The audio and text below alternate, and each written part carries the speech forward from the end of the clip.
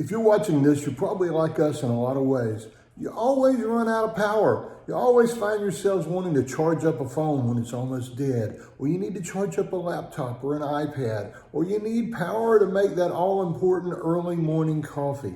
We have lithium batteries in our Revel van, but that doesn't mean we're always perfect as far as power. Sometimes we run those suckers down to where we can't use them and we need something else. And as you'll see today, there are other reasons that you may want to have a power bank like this Bluetti EB55 that I'm going to show you today. Let's get started. First thing we got to do is take it out of the box because, you can't charge it when it's in the box. By the way, lake rules. Did sleep in this morning, and let's get this thing open so we can get it charging. First initial thoughts, it's really packaged well, and it's lightweight. It came here undamaged, and well, let's keep going. I wasn't sure which one of these I was going to get. We're in the Tar Heel state here in North Carolina. I was pretty tickled to see that they sent us the Tar Heel blue one. So now we'll get our first look at this, and you'll see there are lots of different features.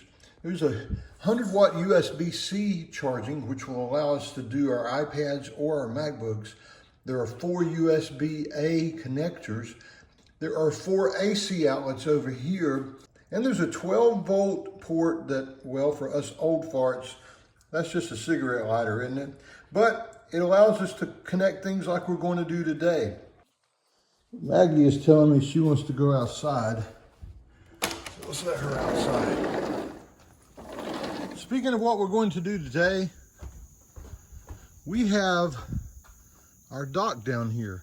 It's a little over 100 yards, which is, wow, a football field down to the dock. And we have our boat inflatable paddle boards. It would be really cool just to inflate them up here and carry them down, but that would be no fun at all, would it? We're going to use this Bluetti EB55 to see if we can inflate the paddle board down on the dock, which will make it easier to get it there. And then we can use it to top off things like the battery for my boat, for our phones when we're down there, to run lights at night if we want to do that. It'll help a lot. When we get in the van and head somewhere to check out new territories, that thing will come with us and it'll sit in between the seats and it'll give us a little bit more power and connectivity while we're on the road. But first, we got to plug it in and get it charged. This came about 50% charged. It should take a little less than an hour to get it all the way to 100%. We're bringing in 203 watts of input. No device is connected to it yet. And I'm going to let it completely charge before we connect anything to it. I'll come back in a few minutes and we'll continue the test to see if we can inflate the paddleboard. So yesterday was a day of rain, so another day has passed. Have the battery down here on the dock and the boat paddleboard. I'm going to try to inflate it. Hopefully this will work. I didn't carry this down here for nothing.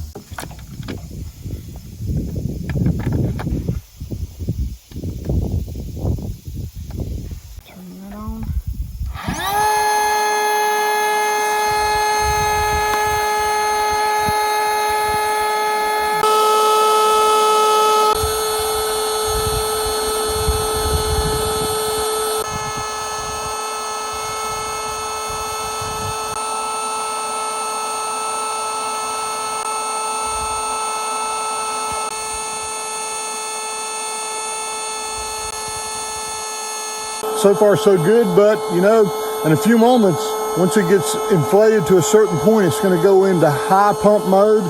And when it does that, it'll increase the noise and it'll draw more watts. But I do think it's going to be able to handle it. We'll see though. It's not quite ready yet, Mag.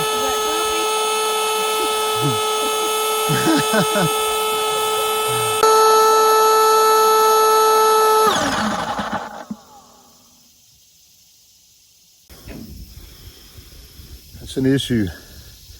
It's a 700 watt inverter, and when that thing kicks in, I'm sure it's taking some wattage, but I've tried it now twice and it doesn't look like it's going to be useful for inflating the paddle boards, which for us means, well, we're only relegated to doing coffee now, and we don't really need one for doing coffee. So let me try one more time.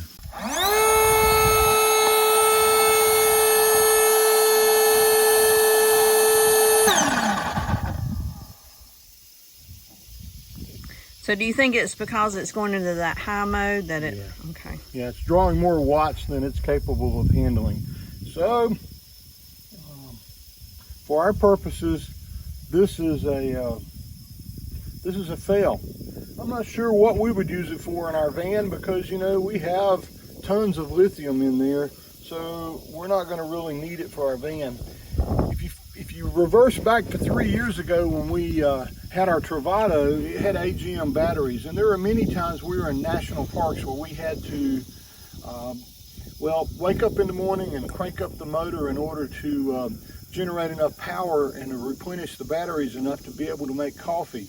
And we hoped that it would do that as well, but in a test that I did in the kitchen today, our Hamilton Beach boiler, little tea kettle thing, takes 1500 watts when it first starts up.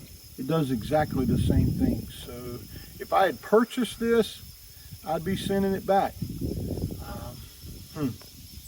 It could be another option for charging things like fans at night, you know, but you know, you can charge your phones on it, and some people that don't have lithium, you know, it could be a very good thing for them just as an alternative power source.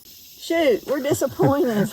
We are. I guess we are disappointed. I had high hopes that it would work for doing this because it would make inflating the paddle boards that much easier here on the dock. I guess we could get one of the ones that was heavier and had more wattage capacity, but then again, old arms don't want to carry something much heavier than that down to the dock.